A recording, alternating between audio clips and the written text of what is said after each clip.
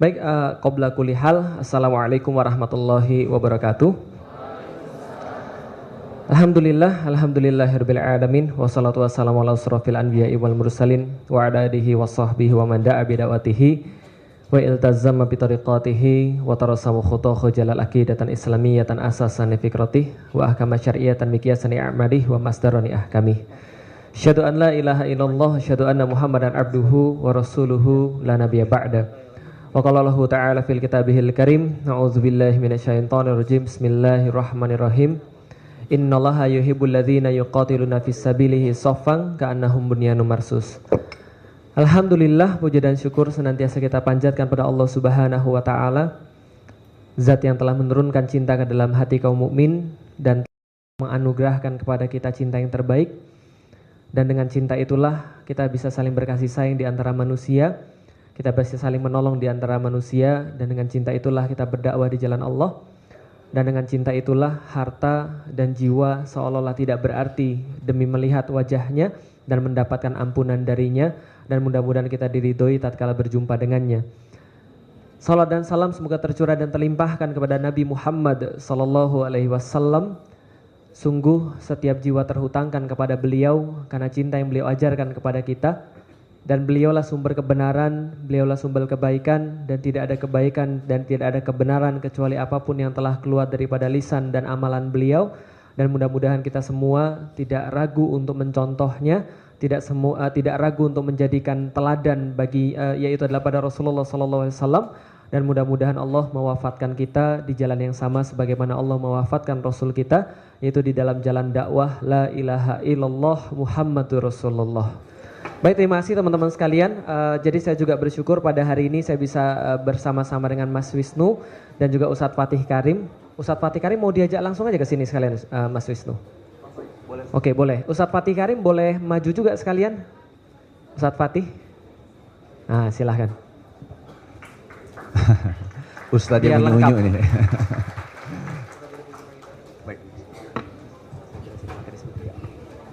Nah, kalau sekarang sudah lengkap, ini 3 generasi. Ini sesepuh kelihatan dari rambutnya gitu kan ya. Dan ini yang juga sama tuanya. Kalau ini saya masih dalam masa pertumbuhan. Buktinya jenggotnya baru keluar dikit gitu kan ya.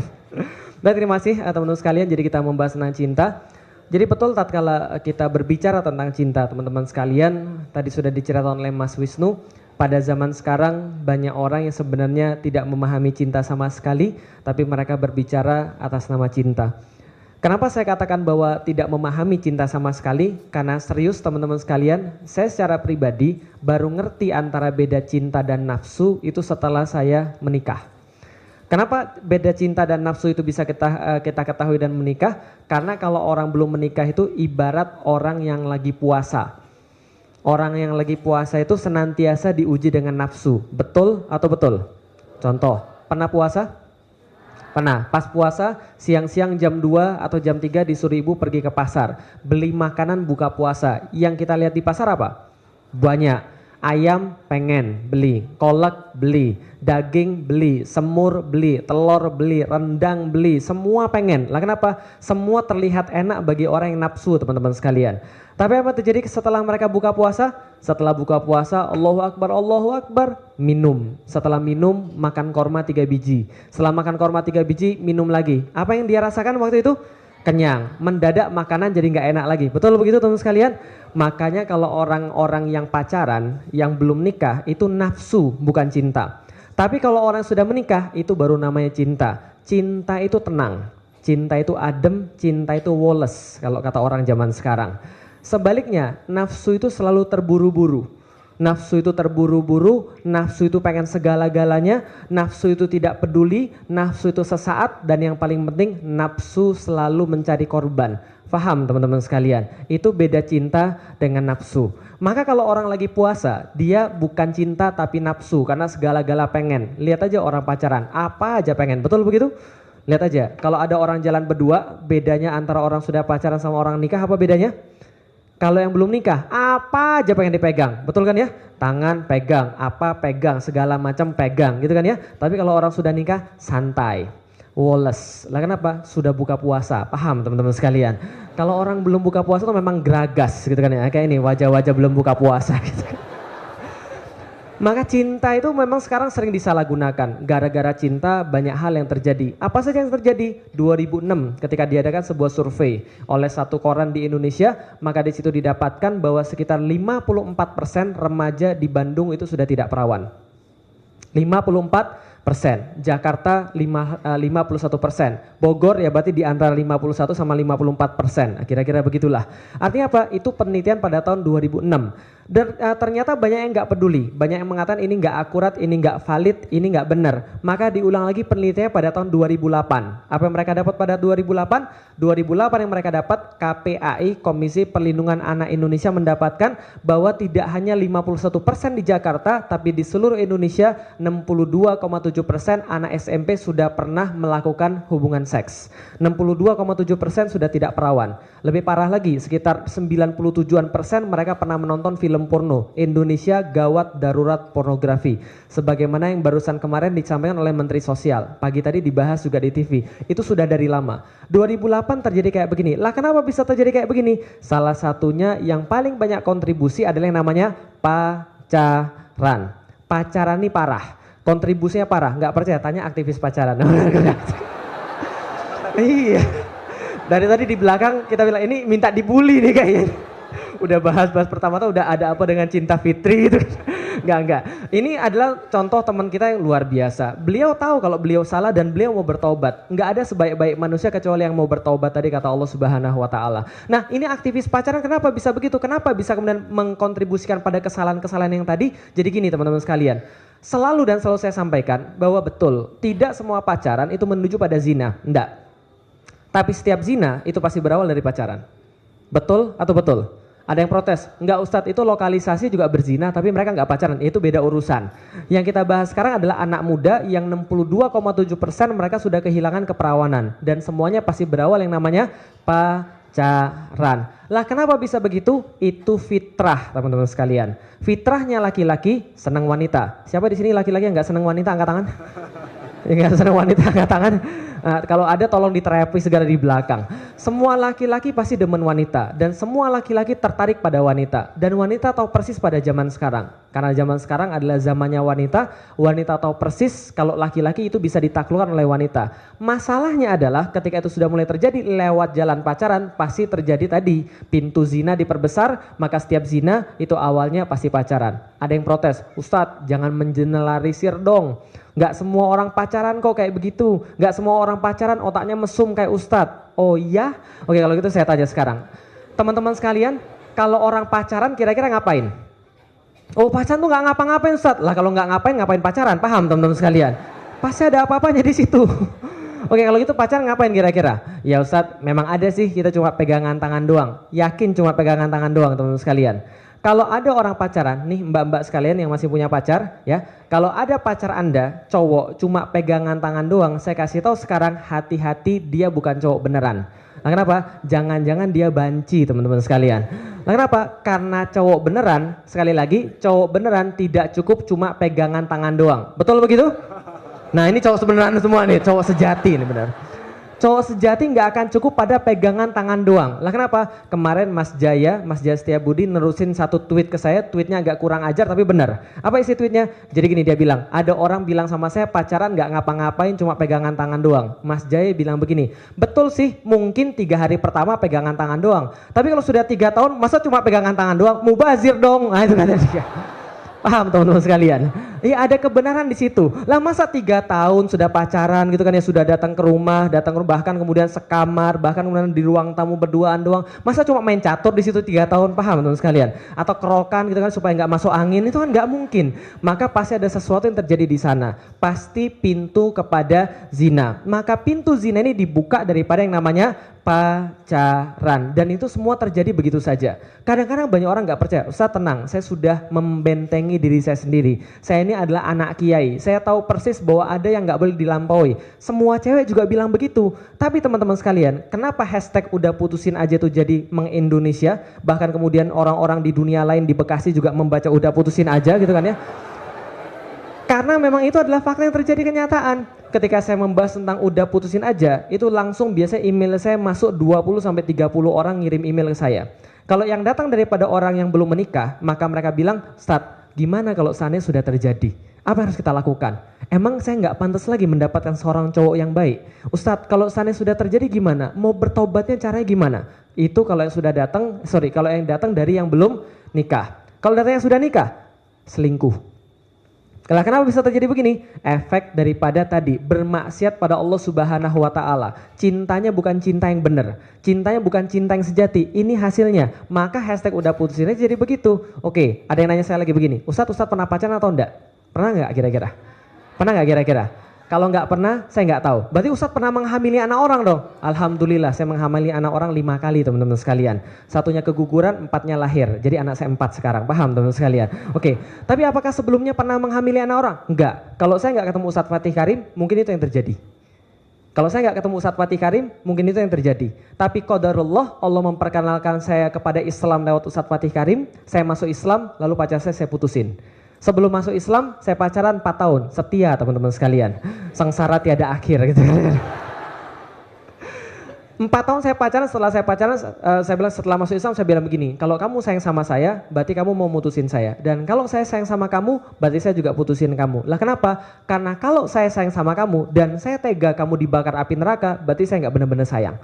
Paham? Kita sudah tahu ini maksiat, tapi kita masih laksanakan. Berarti kamu nggak sayang sama aku sebenarnya kalau kamu nggak rela diputusin. Kita putus. Setelah putus terjadi, saya baru sadar semuanya. Lah kenapa? Memang begitulah adanya orang pacaran. Nih, saya kasih tahu kisah nyata. Ini kisah nyata. Banyak orang berkata bahwa dirinya nggak mungkin sampai pada hal-hal yang zina seperti tadi. Ini kenyataan.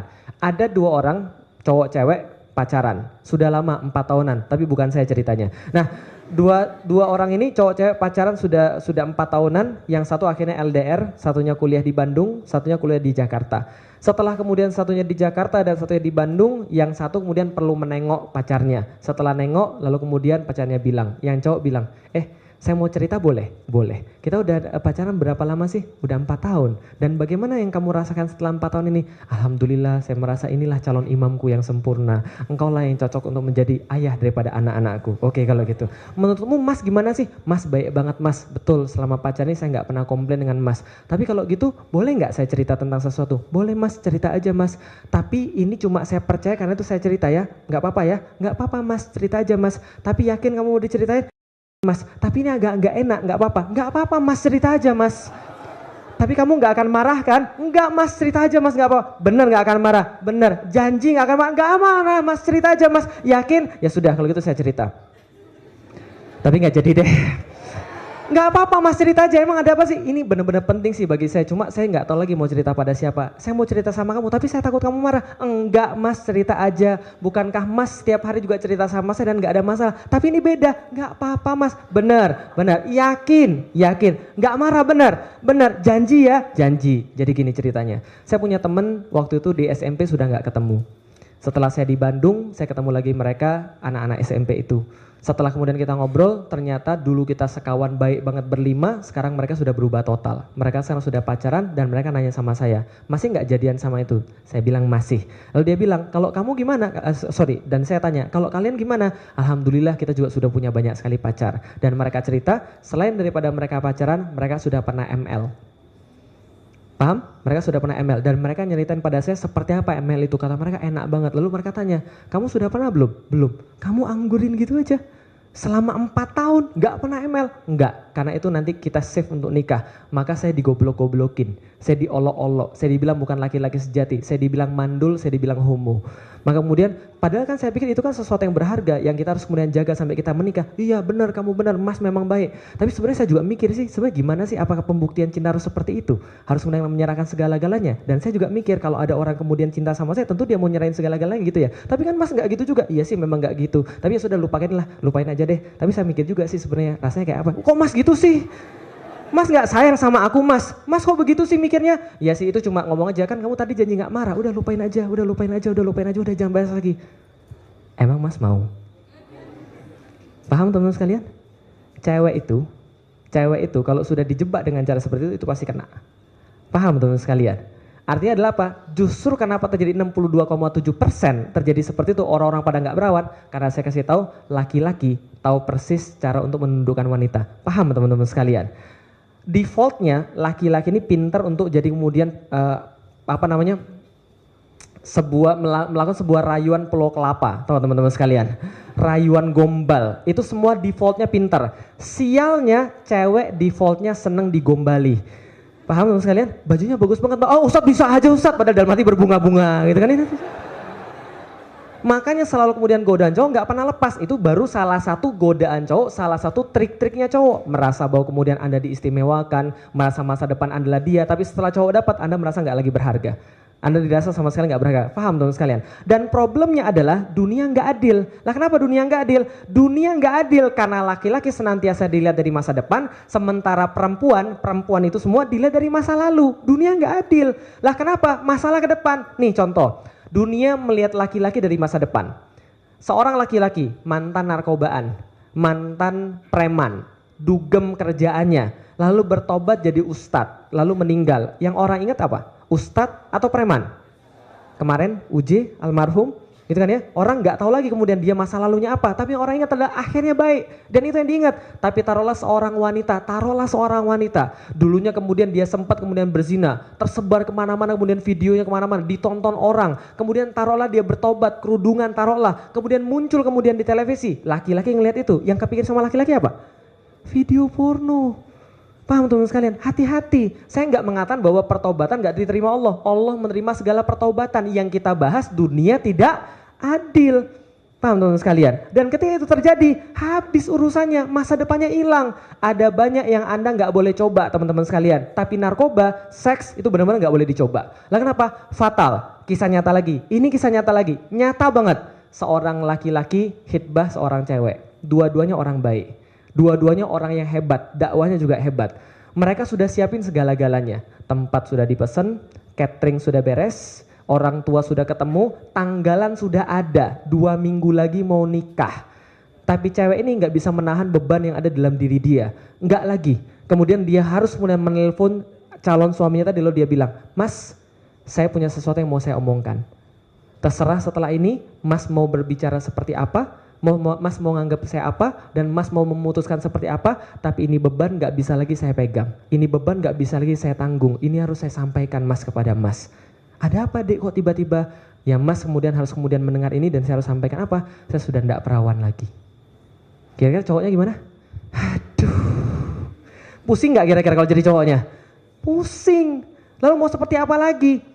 Karena cowok ini baik, tapi dia bilang, sebentar, saya tahajud dulu ya, saya minta petunjuk pada Allah Subhanahu wa Ta'ala. Setelah minta petunjuk sama Allah Subhanahu wa Ta'ala, lalu kemudian dia bilang sama istrinya tadi, calon istrinya, ya sudah, setiap orang punya kesalahan.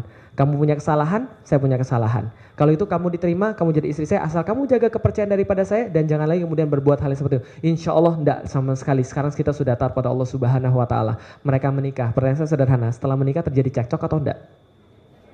Terjadi cekcok atau enggak? Dan ketika cekcok, kira-kira yang diomongin kepada cewek tadi apa? Apa yang diomongin? Kamu sih dulu gitu. Kalau saya sudah dibilang itu, kira-kira cewek sakitnya di mana? Di sini semuanya. Paham teman-teman sekalian?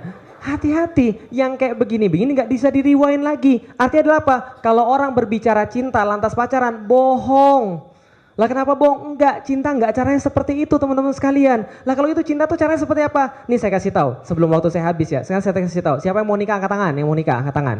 Yang lain enggak mau nih, mau hidup selibat gitu kan. Oke, yang mau nikah angkat tangan, yang mau nikah. Oh enggak kirain mau nikah. Ya baik, terima kasih. Sekarang saya tanya sekarang. Yang cewek-cewek mau nikah angkat tangan ya, cewek-cewek mau nikah angkat tangan. Oh enggak juga gitu kan ya. Sekarang saya tanya, yang cowok-cowok nggak usah ngomong, dengerin aja. Saya mau nanya sama cewek-cewek. Yang cewek-cewek mau dapat jodoh yang baik atau yang bejat? Baik. Yang taat atau yang jahat?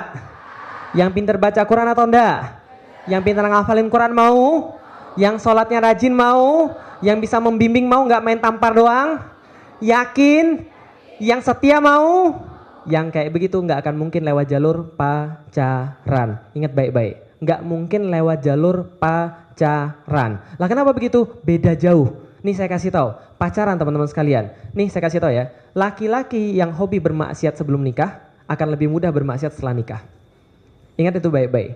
Jadi kalau saya pacaran, pegang tangan orang, belum akad, belum ketemu bapaknya sekalipun, lalu kemudian bilang, I love you, I need you, I miss you, dan sebagainya.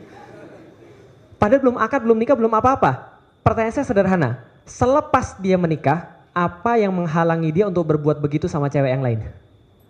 Kan sama-sama belum nikah toh? Kan sudah bermaksiat sebelumnya pada Allah. Setelah nikah, lebih mudah lagi bermaksiat kepada Allah. Yang kedua, tapi laki-laki yang dia nggak pacaran, bukan karena nggak mau, bukan karena nggak laku, bukan. Bukan karena nggak laku, bukan karena nggak mau, bukan karena nggak bisa, tapi karena dia taat pada Allah Subhanahu Wa Taala. Yang kayak begini akan menghormati Anda karena Allah Subhanahu Wa Taala. Yang kayak begini akan menjaga Anda karena Allah Subhanahu Wa Taala. Yang kayak begini, walaupun sikat WC demi ngidupin Anda dengan harta yang halal, dia lakukan. Gosok mobil, cuci mobil orang, dia lakukan. Asal hartanya halal. Paham teman-teman sekalian? Yang kayak gini baru benar. Dan cinta nggak bisa dimanipulasi. Lah kenapa nggak bisa dimanipulasi? Seperti tadi dikatakan tentang orang tua. Nih yang terakhir sebelum kemudian kita nanti talk show teman-teman sekalian. Siapa yang pernah datang ke walimahannya orang, angkat tangan. Yang pernah datang ke walimahan. Siapa yang pernah datang ke walimahan ngeliat bapaknya cewek nangis ketika menikahkan putrinya, angkat tangan. Semua kan hampir kan ya? Mas Visu juga sama nggak? Apa itu Bapak? Nangis kan bapaknya kan ya? Bapaknya Siren. Nangis. Nangis, saya datang kok. Iya. Saya datang. Nangis, sedih banget dia dapat mantu begini gitu kan. Jadi di belakang aja tadi. Iya, di belakang aja. Semua orang-orang yang datang ke walimahan itu biasanya ngelihat bapaknya perempuan pasti nangis. Betul atau betul? Kenapa bapaknya perempuan nangis? Tahu nggak kenapa? Kenapa kira-kira? Itu baru cinta. Lah kenapa bisa nangis? Mau tahu kenapa bisa nangis? Mau saya kasih tahu? Saya punya anak perempuan, pertama namanya Alila, sekarang umurnya 7 tahun. Alila sekarang umurnya 7 tahun, masih lama untuk nikah. Tapi setiap saya bayangin kalau suatu saat nanti saya bakal ngelepas dia nikah, saya sudah nangis juga. Lah kenapa? Kebayang persis. Dan saya ngerti persis sekarang kenapa bapak-bapak yang ketika nikahin anaknya nangis. Paham teman sekalian? Apa yang kemudian dipikirin? Jadi gini kira-kira, saya punya anak 7 tahun, namanya Alila, dan dari kecil ceritanya hampir sama dengan Mas Isu saya juga bilang begitu, nggak tahan ketika di industri, sabar istighfar. Ketika sudah keluar anaknya itu, ketika anaknya keluar, saya azanin. Setelah saya azanin, saya sebutkan nama Allah kemudian agar kemudian nama Allah yang pertama kali dia dengar. Setelah kemudian saya dengarkan nama Allah, saya bacain Quran yang semua yang saya hafal. Saya nggak tahu dia bisa dengar atau enggak, saya nggak tahu dia ngerti atau enggak, tapi saya bacain seluruh kemudian hafalan-hafalan Quran yang saya punya. Saya bacain seluruh hal-hal, ngomong sendiri kayak orang gila teman-teman sekalian. Agak gede dikit lagi, kemudian saya didik dia, saya kasih makan dia dengan baik. Saya sabar, setiap hari dia bangun, kemudian saya tetap sabar juga. Saya kasih makan, saya didik dia. Udah agak gede lagi, saya ajak pergi dia, kemudian ketika saya ngisi, seharian dia pergi sama saya untuk tahu siapa bapaknya. Udah agak gede lagi, dia masuk SD kelas 1, saya pesan sama dia, Alila jangan main sama cowok-cowok. Lah kenapa? Semua cowok itu modus, hati-hati, kecuali bapakmu. Anak SD Ustadz, ya saya pesan begitu, jangan main sama cowok, Abi nggak ridho. Cowok-cowok tuh berbahaya, Abi nggak ridho. Kamu jangan main sama cowok, mainmu sama cewek-cewek aja, jangan main sama cowok. Cuma Abi cowok yang tidak berbahaya. Paham ya? Paham Bi. Pokoknya jangan main sama cowok, dan kalau ada cowok yang ganggu kamu, lapor pada gurumu. Kalau gurumu nggak reken, lapor lagi pada gurumu lagi sekali lagi. Kalau dia masih nggak respon lagi, lapor lagi sekali lagi pada gurumu. Kalau dia masih nggak respon, kasih tahu Abi siapa nama anak cowoknya itu, Abi ke rumahnya, Abi bakar rumahnya. Paham teman-teman sekalian?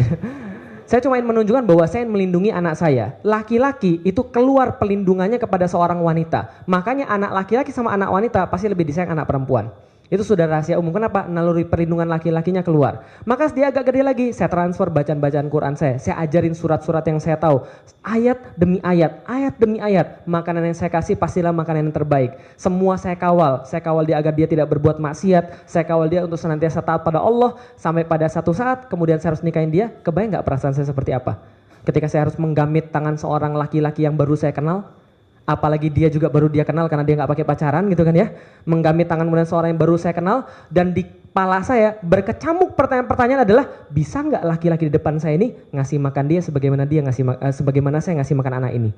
Bisa nggak dia kemudian membahagiakan anak saya sebagaimana saya membahagiakan selama ini? Jagain dia, tidak berbuat kasar pada dia, berbuat baik pada dia, senantiasa mengingatkan pada Allah. Bisa nggak Anda ini melakukan sebaik saya atau bahkan lebih baik? Itu dalam kepala saya. Paham teman-teman sekalian? Makanya setiap bapak-bapak pasti nangis. Makanya kalau ada orang bilang cinta ke anaknya tapi nggak berani datang pada bapaknya dan minta pada bapaknya, sorry, saya harus sampaikan bahwa laki-laki semacam ini banci. Paham teman sekalian? Banci. Lah kenapa? Saya yang punya. Saya yang memberikan dia cinta segala-galanya dari lahir sampai dengan sekarang. Kalau ada cowok yang nggak berani datang pada bapaknya, banci. Paham teman-teman sekalian? Kesimpulannya udah putusin aja. Baik, terima kasih.